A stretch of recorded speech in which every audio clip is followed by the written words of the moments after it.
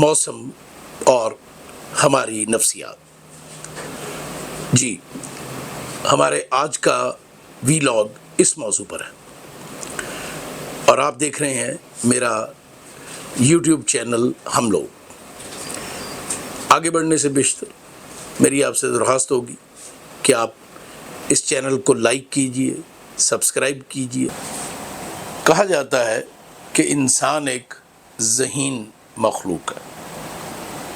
اس زمین کے اوپر سب سے زیادہ ذہانت انسان ہی کو ودیت ہوئی ہے، اور انسان اپنی ذہانت کا استعمال کرتے ہوئے اس دنیا میں اتنی اچیومنٹس کر چکا ہے جس کی کوئی مثال ہم غیر انسانی مخلوقات سے پیش نہیں کر سکتے۔ لیکن دلچسپ بات یہ ہے کہ خود ذہانت کیا ہے اور انسان کے اندر کتنی طرح کی ذہانت پائی جاتی ہے، 1 یا 1000، اس کا ابھی تک کوئی حتمی جواب نہیں دیا جا سکا۔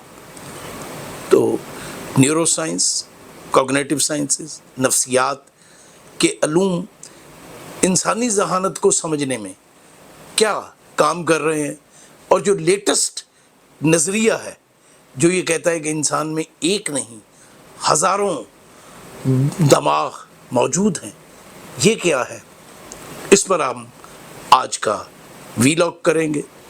اس سے پہلے آپ لوگوں سے گزارش ہے کہ آپ ہم لوگ چینل کو سبسکرائب کیجئے، لائک کیجئے، بیل آئیکن دبائیے تاکہ آپ کو ہمارے نوٹیفیکیشنز ملتے رہیں۔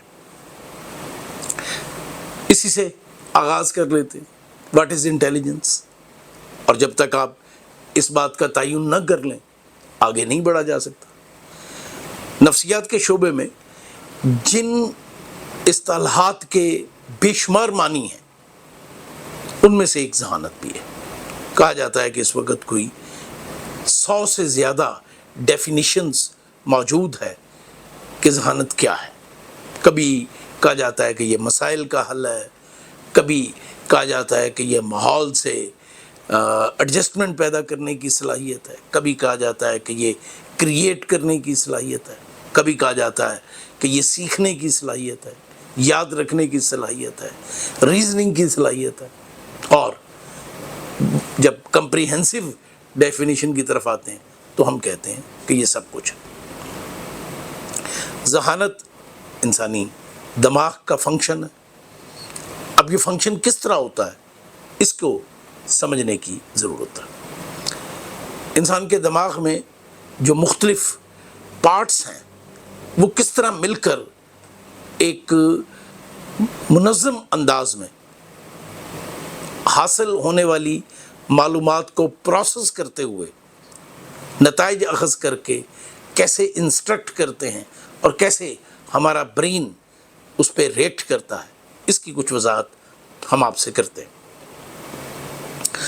انسانی دماغ کیا ہے؟